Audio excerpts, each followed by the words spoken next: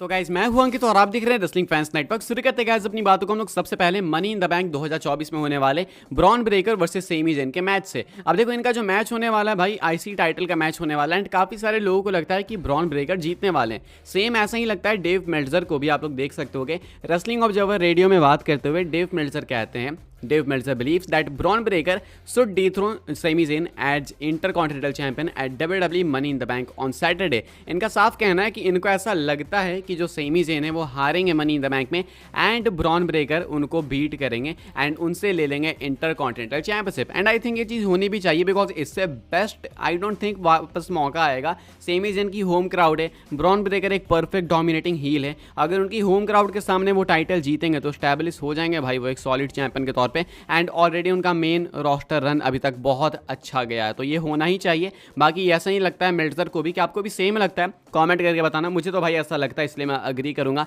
Meltzer की बातों से यहाँ पे। हालांकि काफ़ी रेयर होता है लेकिन हाँ मुझे लगता है कि ये चीज़ हो सकती है तो इसलिए मैं आपके साथ शेयर कर रहा हूँ। आगे बढ़ते हैं गाइस, बात करते हैं अगली अपडेट के बारे में एंड ये है मनी इन द बैंक की टिकट सेल्स को लेकर। मनी इन द बैंक की टिकट सेल्स को लेकर क्या न्यूज़ है भाई देख लो आप लोग। नंबर्स नए निकल के सामने आए हैं, रसल टिक्स की रिपोर्ट है। मनी इन द बैंक के लिए भाई अभी सिर्फ और सिर्फ 837 टिकट्स अवेलेबल है। हालांकि अभी टाइम भी थोड़ा कम ही रह गया। आज अपने इंडिया में 4 जुलाई है एंड 7 तारीख को हमें सुबह 4:30 बजे मनी इन द बैंक देखने को मिलेगा। यानी कि मुश्किल से भाई अभी 3 दिन बाकी है एंड 3 दिन बाकी है मनी इन द बैंक के लिए। 837 यानी 837 टिकट्स बाकी है।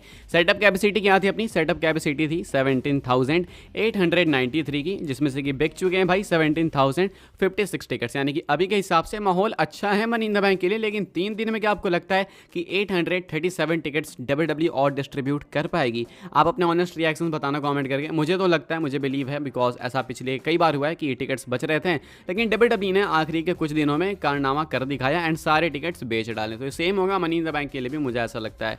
आगे बढ़ते हैं गाइस, बात करते हैं अगली अपडेट के बारे में जो कि मनी इन द बैंक में होने वाले मेंस लैडर मैच को लेके। कुछ डिस्कस्ड नेम्स है भाई men's money in the bank ladder match के लिए जो कि पॉसिबली आपको विनर बनते हुए देखने को मिल सकता है। मतलब विनर तो एक ही बनेगा लेकिन कुछ नेम्स है जिनके चांसेस थोड़े ज़्यादा मैं आपको बता दूं। एंड ये बैटिंग ऑड्स नहीं है, ये PWN की अपडेट है। PWN जो कि रिसेंट में थोड़ा फेवरेट बनते आ रहा है एंड PWN का कहना है कि Jey Uso, Chad Gable and Drew McIntyre were the top discussed talent to walk out of money in the bank this Saturday पर सोर्सेस। इनका साफ साफ कहना है कि इनके सोर्सेस के according Jey Uso, Chad Gable, Drew McIntyre ये कुछ 3 नेम्स है, टॉप डिस्कस नेम्स है जिनके लिए डिस्कशंस करी है WWE ने कि हाँ भाई इनको हम लोग money in the bank briefcase दे सकते हैं मैच के अंदर। इनके अलावा और कौन कौन है? इनके अलावा कार्मेलो हेस, आंड्राडे एंड एले नाइट है। अब अगर हम लोग एलिमिनेट करना चालू करें भाई तो एले नाइट के चांसेस मेरे अकॉर्डिंग बिल्कुल नहीं है बिकॉज लोगन पॉल को वैसे भी US टाइटल के लिए चैलेंज करेंगे समर स्लैम के अंदर। चैट गेबल के चांसेस वाइट फैमिली की वजह से नहीं है, आई मीन वाइट 6 की वजह से, माई बैड, वाइट 6 की वजह से नहीं है। कार्मेलो हेस अगर मैं गलत नहीं हूं तो काफ़ी यंग है, अभी चांसेस हैं उनके भी लेकिन थोड़े से कम है। बाकी मैकिंटायर, जे उसो मुझे हैवी फेवरेट लगते हैं, उसके बाद आंड्राडे।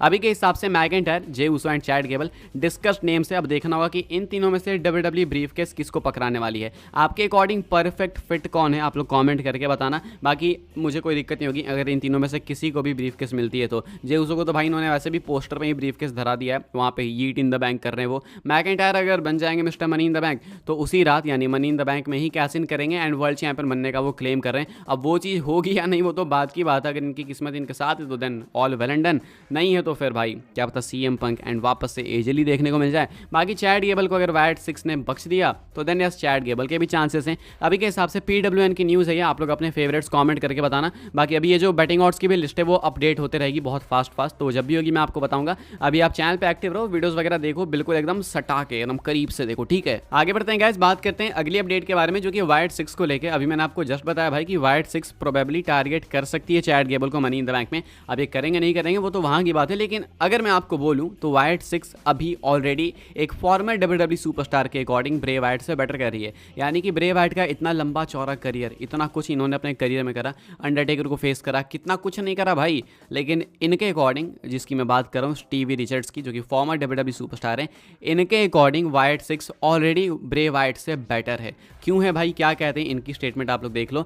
This is probably going to be a hot take right here but I believe the 2 weeks that we saw the Wyatt sick, especially Bo Dallas in that week to sit down interview with himself is better than anything else Bray Wyatt did. already better than what Bray Wyatt did. And just hear me out on this. It's not because of Bray and it's not because of Bo even. It's because of who is producing or allowing this segments to be produced, which I believe Bray was not allowed to do. इनका कहना है कि इनके according Bray Wyatt ने अपने जितने इतने लंबे चौड़े करियर में जो भी कुछ करा उन सारी चीज़ों से ज़्यादा भाई वाइट 6 ऑलरेडी कर चुकी है। यानी इनके अकॉर्डिंग ब्रे वाइट को ऑलरेडी वाइट 6 ओवर शैडो कर चुकी है अगर आप बात करोगे एक्चुअल टैलेंट एंड काम के बारे में। तो अब ये कहते हैं कि मैं ऐसा इसलिए नहीं कर रहा बिकॉज मैं ब्रे वाइट को नीचा दिखाना चाहता हूँ या फिर बो डैलिस को ऊपर दिखाना चाहता हूँ। ये ना ही ब्रे वाइट की वजह से ना ही बो डैलिस की वजह से। इनके अकॉर्डिंग ये डिपेंड करता है कि कौन सेगमेंट्स प्रोड्यूस कर रहा है एंड कौन अलाउ कर रहा है सेगमेंट्स को होने के लिए। इनका कहना है कि ब्रे वाइट को कहीं ना कहीं विंस मैकमैन रोकते थे एंड ये बात बिल्कुल सच है, इसमें कोई डाउट नहीं है।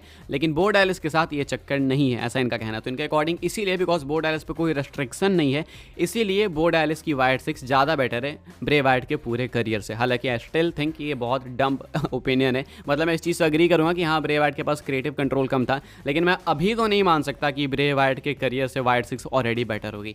आई मीन हम सब चाहते हैं भाई कि वाइट 6 बेटर करे एंड ब्रे वाइट की लेगेसी को कंटिन्यू करें, लेकिन ये कह देना कि ऑलरेडी बेटर है, आई थिंक ये एक थोड़ा सा बेकार ओपिनियन है एंड ऐसा मुझे नहीं लगता, मैं तो नहीं अग्री करूंगा। आगे बढ़ते हैं गाइस, बात करते हैं अगली अपडेट के बारे में जो कि हमारी आखिरी अपडेट है, आखिरी न्यूज़ है। ट्राइबल चीफ रोमन रेंस को लेके उल्टे गिनती हो चुकी है शुरू। किस चीज़ के लिए? रोमन रेंस के रिटर्न के लिए। रोमन रेंस भाई आपको जल्दी ही वापस आते हुए देखने को मिल सकते हैं एंड जो एक्सपेक्टेड डेट है भाई वो है रोमन रेंस के लिए समर स्लैम की। अब अगर आप देखोगे तो समर स्लैम अब यहाँ से सिर्फ 1 महीने ही दूर है, यानी कि अब हो चुकी है भाई उल्टी गिनती चालू। अभी हम वेट कर रहे थे रेसलमीना के बाद क्या कि रेसलमीना के बाद भाई अभी 2 महीने बाकी है समर स्लैम को, 3 महीने बाकी, इस तरीके से वेट कर रहे थे ना। लेकिन अब सिर्फ आखिरी के कुछ दिन बाकी है, अब यहाँ से 30 दिन, 29 दिन, 28 दिन इस तरीके से बीतेंगे and Roman Reigns most likely SummerSlam में वापस ही करेंगे। सोलो सिकोआ पे अटैक करेंगे अगर मैं गलत नहीं होता एंड उसके बाद प्रॉपर फ्यूड चालू करेंगे। रोमन का रिटर्न जब भी होगा भाई बहुत मजा आने वाला है। लोग अपने अपने तरीके से स्पेक्यूलेट कर रहे हैं, अपनी अपनी फैंटेसी बुकिंग कह रहे हैं। कोई कह रहा है भाई कि आप पहले पॉल हेमन को लेकर आओ, पॉल हेमन इंट्रोड्यूस करेंगे रोमन रेंस को, पॉल हेमन एक एवल स्माइल देंगे, उसके बाद पीछे से रोमन का थीम हिट होगा, रोमन रेंस एंटर करेंगे एंड उसके बाद माहौल गर्म होगा। तो कोई कह रहा है भाई कि पॉल हेमन के साथ रोमन आएंगे तो जरूर, लेकिन पॉल हेमन इसको हफ्तों पहले टीज करना चालू कर देंगे, एंड में पॉल हेमन रोमन को इंट्रोड्यूस करेंगे। तो कोई कह रहा है कि भाई इंट्रोड्यूस करने की नीड ही नहीं है, सीधा जिस तरीके से समर स्लैम 2020 में आए थे रोमन थंडरडोम में,